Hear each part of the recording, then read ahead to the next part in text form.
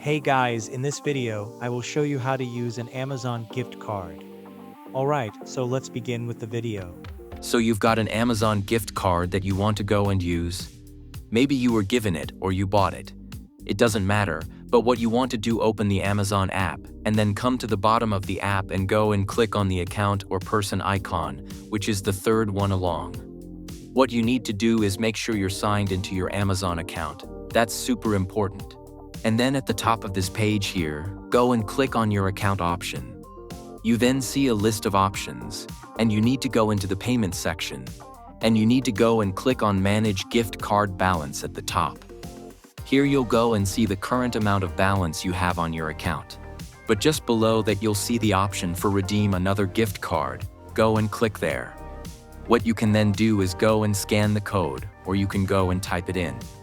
After you go and do either of those, you can click on Apply to your balance, and the amount will then be added to your account, and you can go and spend with it.